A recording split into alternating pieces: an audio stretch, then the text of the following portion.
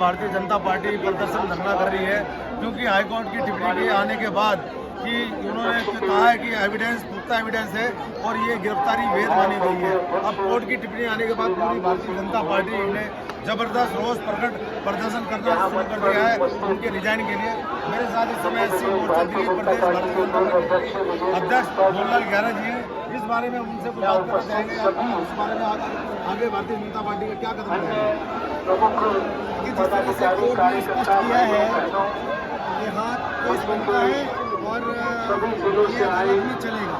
मुझे लगता है अभी सुप्रीम कोर्ट भी जाना चाहेंगे तो वहाँ भी लगभग ये प्रतिक्रिया मिलेगी।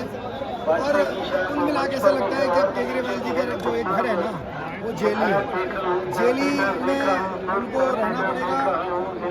जेल में रहेंगे क्यों नहीं? जिस तरह से उन्होंने दिल्ली की जनता के साथ अत्याचार किया, 18 साल के बच्चे के हाथ में बोतल दे दी दारू की, बहनें जो बच्चियां हैं उनको कहा कि हम पिंक ठेका बनाएंगे तुम्हारे लिए, करोड़ों रुपए का घोटाला किया है, सारे के सारे सबूत उनके खिलाफ है।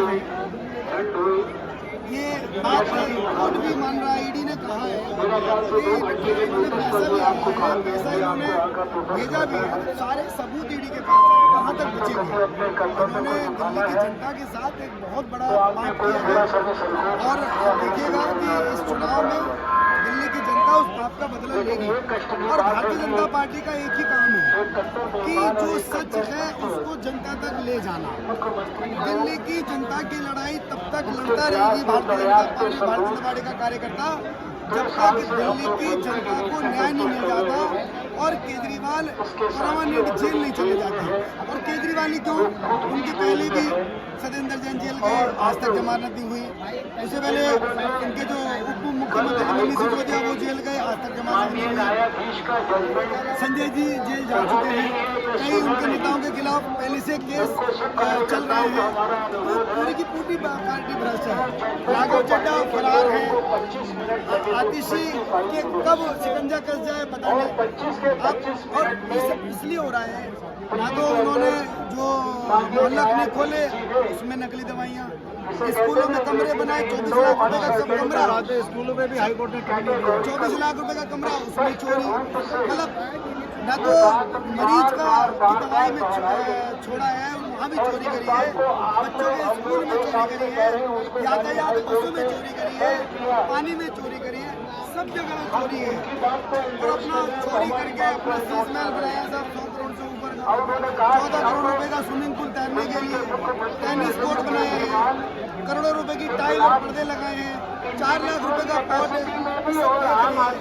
ये कोर्ट को समझ में आता है और दिल्ली की जनता को भी समझ में आता है।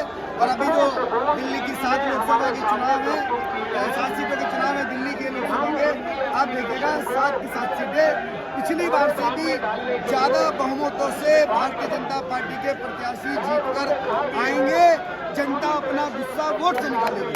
आखिरी बात है आपसे पूछना चाह रहे हैं कि जैसे कि वो रिजाइन नहीं देता है, जेल में चला गया है, हाई कोर्ट ने भी मान लिया है, स्कूल में भी घोटाला मान लिया, दवाई है, पानी है, बिजली है, तो उसके बाद बीजेपी ने क्या रणनीति अगर वो रिजाइन नहीं देता तो?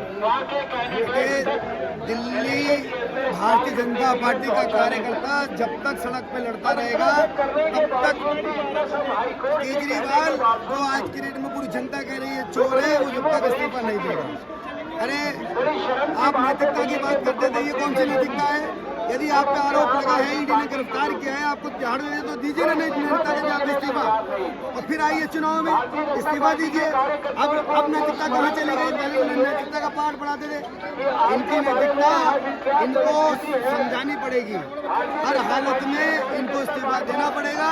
भाजपा का एक कार्यकर्ता तब तक बैठेगा नहीं जब तक इस्तीफा नहीं देंगे। ये थे मोहनलाल ग्यारह, आम आदमी पार्टी के मुख्यालय में धरना प्रदर्शन जारी है। मैं लक्ष्मण कुमार इंदौरिया, दिल्ली ब्यूरो चीफ, वंदे जागरण न्यूज चैनल। दिल्ली प्रदेश के उपाध्यक्ष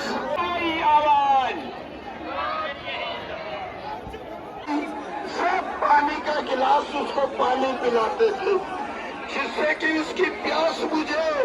ये 1993 हमें याद आता है जिसमें डॉक्टर बनाई थी।